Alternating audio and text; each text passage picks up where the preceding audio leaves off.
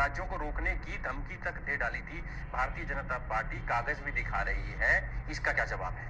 जब आप सरकार में होते हैं तो यही काम करते हैं और जब कोई दूसरी सरकार ये काम करती है तो आप अड़ंगा डालते हैं। भारतीय जनता पार्टी का सीधा आरोप। देखिए कोहली साहब, मैं बताना चाहता हूँ कि जो वही तो मैंने कहा कि ये कानून मंत्री नहीं, ये गुमराह मंत्री हैं।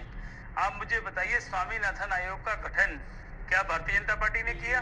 2019 में राहुल गांधी ने मंडी एक्ट को खत्म करने की बात कही थी। सर मैं आ रहा हूँ, उसी पे आ रहा हूँ। दूसरी बात, मैं आपने जब कहा कि हमने काम नहीं किया या मनमोहन सिंह सरकार ने काम नहीं किया, मैं ये बता रहा हूँ कि एमएसपी का जो स्ट्रक्चर है, क्या भारतीय जनता पार्टी ने बनाया? कांग्रेस ने बनाया ना। तो ये जिस तरह से कहना चाहते हैं कि विपक्षी काम नहीं करते और उनको देश विरोधी बना दिया जाता है। और राहुल गांधी जी ने जो कहा, उन्होंने सुधार की बात जरूर कही। उन्होंने कहा कि किसानों को बिठा के हमें समझना चाहिए कि जब वो किसान जो देश का अन्नदाता है और इतनी मेहनत करके जब उपज उगाता है तो उसके अंदर उसको ठीक से पैसे मिले, उसकी जो समस्या है उसके मुंह से सुनना चाहिए।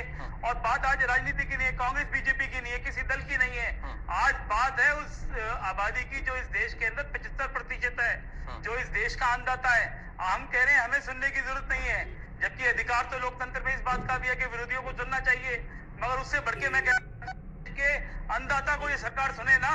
ये सरकार गूंगी बहरी हो गई है, उद्योगपतियों की दलाली करने का काम सीधा सीधा ये सरकारें कर रही हैं और उनको लाभ पहुंचाने का काम कर रही हैं। आप देखिए, देश का जीडीपी गिर रहा है, अडानी अंबानी की वेल्थ बढ़ रही है। क्यों?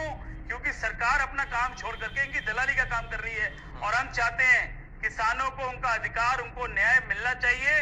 और पूरा देश, कोई एक पॉलिटिकल पार्टी नहीं, इस देश के अंदर तमाम लोग भारतीय जनता पार्टी और आरएसएस, दो इन संस्थाओं को छोड़ करके पूरा देश एक मत है, चाहता है कि किसानों को उनका अधिकार मिले। और ये सरकार उनका अधिकार किसानों को दे नहीं रही है।